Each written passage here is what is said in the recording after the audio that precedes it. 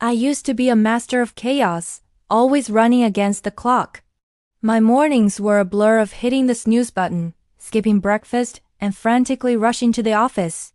Every day felt like a frantic sprint, and I was consistently falling behind, arriving at work breathless and unprepared for the day ahead. The constant pressure was exhausting, and I felt like I was losing a race against my own life, never quite catching up. The breaking point came one rainy Tuesday morning. I had a crucial presentation with a new client, a meeting I had spent weeks preparing for. But because I overslept, I missed it entirely. The disappointment from my boss was palpable, but the frustration I felt with myself was far worse. I had let myself and my team down.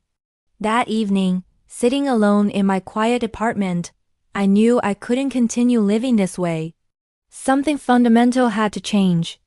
Armed with a notebook and a new sense of determination, I decided to reclaim my time. I meticulously wrote down every task, big or small, that filled my days. I started planning my mornings the night before, laying out my clothes and packing my bag.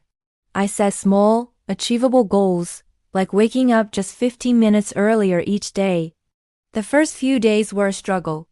My old habits fought back hard. But by the end of the first week, a noticeable shift occurred. I began to feel a sense of control that had been missing for years. Slowly but surely, my chaotic sprints turned into calm, purposeful strides. I found I had time for things I once thought were luxuries.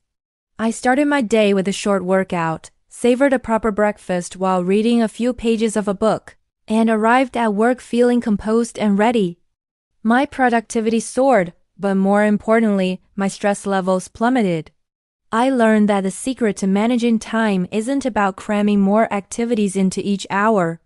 It's about being intentional, focusing on what truly matters, and giving yourself the space to breathe.